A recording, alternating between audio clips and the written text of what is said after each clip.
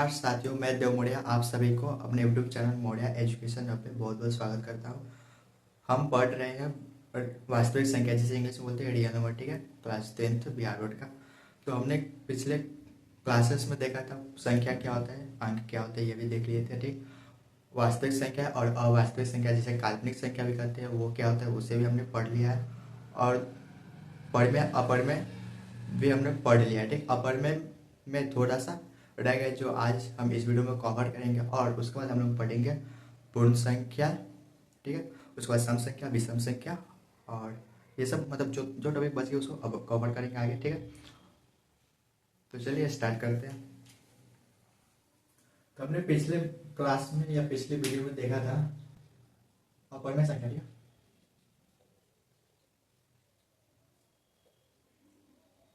इसके बारे में हमने बताया कि इसको यूनिवर्सिटी रेशनल नंबर कहते हैं, ठीक।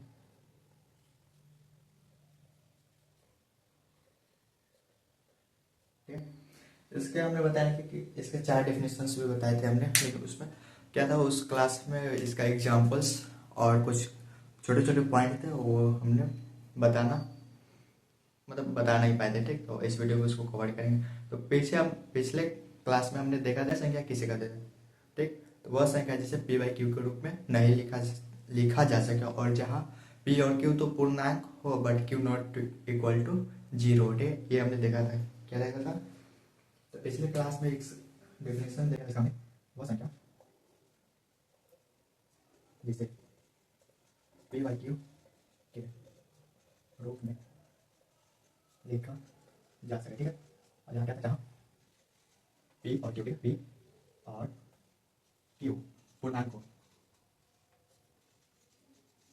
एवं क्यू नॉट इक्वल टू 0, एवं क्यू नॉट इक्वल टू 0, ये हमने देखा था।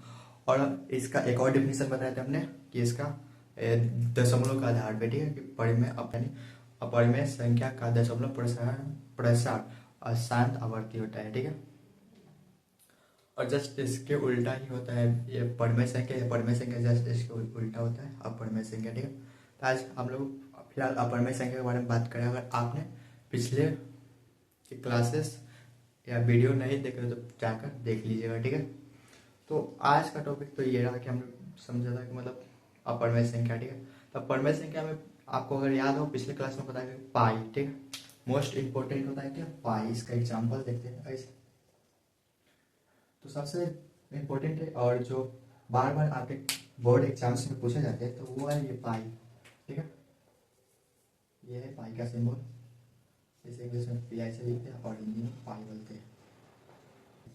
किसका सिंबल है, ये सिंबल हो गया पाई का सिंबल है, ठीक। ये वाला पाई का सिंबल अंडरलाइन कर दे, ये हो गया मेरा पाई का सिंबल, ठीक है। अब इसको क्या है ना, अब आपने पढ़ा हुआ तो यहाँ पे लिखते हैं फिर से, ठीक। तो पाई जो होता है, ये पाई कौन सा संख्या, पाई अपरिमेय संख्या या परिमेय संख्या। अगर आपने पिछले वीडियो अटेंड किए होंगे तो आपको जरूर पता होगा। तो पाई है हमारा, यहाँ पे पाई क्या है, यहाँ पे हम क्या हमारा पाई है अपरिमेय संख्या, ठीक। अपरिमेय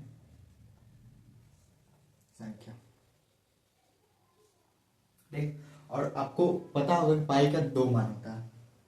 एक पाई का मान होता है ऐसा करके लिखते शॉर्ट में, ठीक, 22/7, ठीक है। और दूसरा मान क्या होता है 10, यानी डेसिमल में होता है, यानी दशमलव में, जिसे बोलते हैं 3.14। बहुत ज्यादा तो लेकिन हम लोग 3.14 पे लिख के रुक जाते हैं, ठीक है। 3.14, ठीक। पाई हमारा क्या होगा, परिमेय संख्या नहीं है, अपरिमेय संख्या। पाई क्या है, अपरिमेय। और वही पाई का मान 22/7 हो तो वो क्या हो जाएगा, वो हो जाएगा परिमेय संख्या, ठीक है। और पाई हमारा क्या हो जाएगा, यहाँ पे ये हमारा हो जाएगा परिमेय संख्या। क्या होगा, परिमेय संख्या, ठीक है।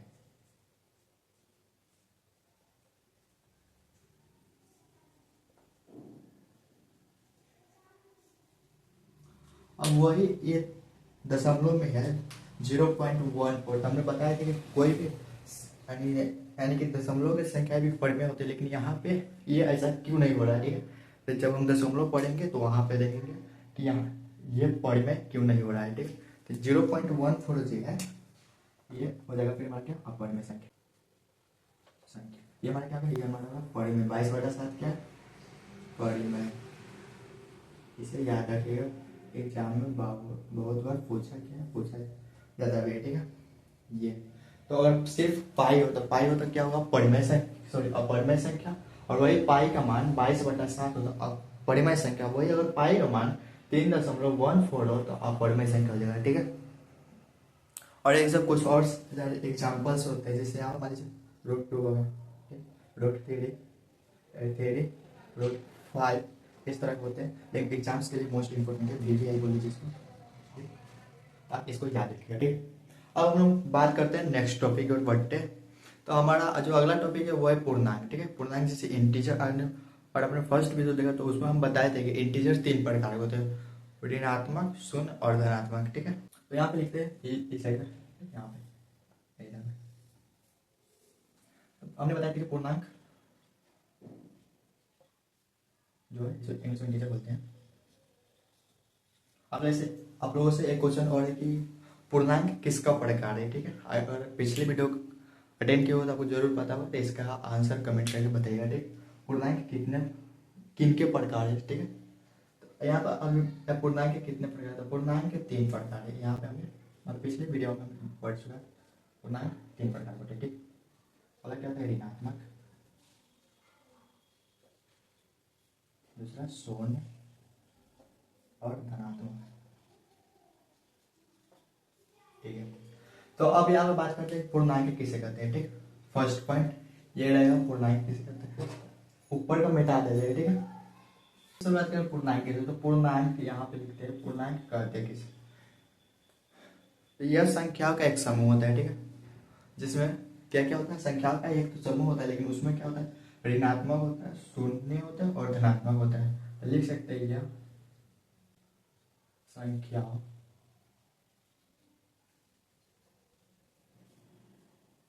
का समूह होता है, तो यह संख्याओं का समूह होता है जिसमें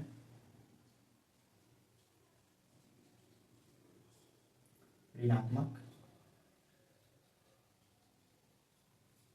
शून्य और धनात्मक संख्या होते हैं, संख्या बोलते हैं, संख्या होते हैं, ये हो गया हमारे बीच। पूर्णांक संख्या किसे कहते हैं, तो यह संख्याओं का समूह होता है जिसमें ऋणात्मक, शून्य और धनात्मक संख्याएं होते हैं, ठीक है। ये तो गया। अब बात करते हैं कि हम लोग ऋणात्मक किसे कहते हैं।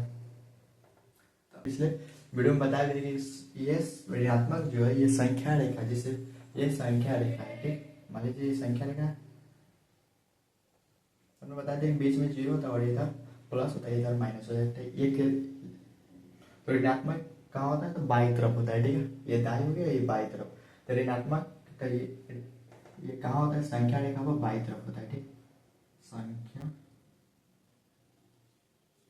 रेखा पर बाई तरफ, ठीक। ऋणात्मक कहाँ होता है, तो संख्या रेखा पर बाई तरफ। लेकिन अब बात करते हैं शून्य यानी 0। तो 0 ना ही ऋणात्मक होता है और ना ही धनात्मक होता है, ठीक है। तो इसको लिख लेंगे ना तो ऋणात्मक और ना ही धनात्मक, ठीक है, ठीक है। ये हमारे शून्य क्या होता है, ये तो ना ऋणात्मक होगा और ना ही धनात्मक होगा, ठीक। अब बात करते हैं धनात्मक पूर्णांक की। तो ये जैसे कि ये ऋणात्मक संख्या रेखा बाई तरफ होता है, तो ये किस तरफ हो जाएगा, दाई तरफ, ठीक है। और ऐसे समझो, मानो हम ऐसे है, तो जो राइट वाला हाथ है ये हो गया प्लस, ठीक। ये जो लेफ्ट वाला हाथ है ये हो माइनस, लेकिन सर हो गया, ये हो गया 0, ठीक है। इस तरह ट्रिक से भी याद कर सकते हैं, ठीक। लेकिन यहाँ पे जो धनात्मक है तो ये कहाँ होता है, तो संख्या रेखा पर, इसको थोड़ा नीचा करके देखते हैं, ठीक। यहाँ पे संख्या रेखा पर इधर होता है दाई तरफ, दाई दाई तरफ होता है, ठीक। तो हमने अभी पढ़ लिया पूर्णांक 3 प्रकार होते हैं, ऋणात्मक बाई तरफ होता है, शून्य बीच में होता है, और यानी ना तो ऋणात्मक ना ही धनात्मक, और धनात्मक जो होते हैं वो संख्या रेखा के बाई तरफ होते हैं, ठीक। अब हम बात करते हैं पूर्ण संख्या और प्राकृत संख्या क्या होते हैं। तो अब हम बात करेंगे पूर्ण संख्या और अपूर्ण संख्या के बारे में, सॉरी पूर्ण संख्या और प्राकृत संख्या के बारे में, ठीक है। तो पूर्ण संख्या को इंग्लिश में हम लोग होल नंबर कहते हैं, ठीक। धनात्मक पूर्णांक और शून्य के समुच्चय को पूर्ण संख्या कहते हैं, ठीक। धनात्मक पूर्णांक और शून्य यानी जीरो, ठीक। समुच्चय में संगड़ा या सम्मिलित रूप, ठीक बोल सकते हैं इसका आंसर, ठीक। सम्मिलित रूप को पूर्ण संख्या कहते हैं। दूसरी डेफिनेशन ये है, सॉरी दूसरा, पूर्ण संख्या प्राकृत संख्या, ठीक, और शून्य का सम्मिलित रूप होता है, ठीक है। अब ये प्राकृत संख्या है, कैसे आ गया इसमें, इसको समझेंगे थोड़ी देर में, ठीक है। पूर्ण संख्या को कैपिटल डब्ल्यू से सूचित किया जाता है, ठीक, सूचित किया जाता है, ठीक है। अब इसका एग्जाम्पल देख लेते हैं। तो इसका एग्जाम्पल क्या होगा, तो जीरो से, ठीक, 0 1 2 3 4 5 4 चले, और ये होता है इन्फिनिटी का साइन, ठीक है। ये जो लिखे हमने ये होता है इन्फिनिटी का सिंबल्स यानी साइन, ठीक है। अब हम बात करेंगे अब संख्या के बारे में, ठीक है। यहाँ पे लिख सकते हैं प्राकृत संख्या। तो प्राकृत संख्या को इंग्लिश में नेचुरल नंबर होता है, ठीक।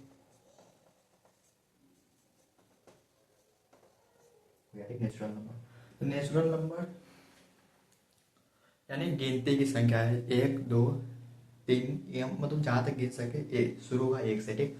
तो यहाँ पर हो जाएगा प्राकृत संख्या, क्या होगा, गिनती की संख्या को लिख सकते हैं, गिनती की संख्या को प्राकृत संख्या कहते हैं, ठीक।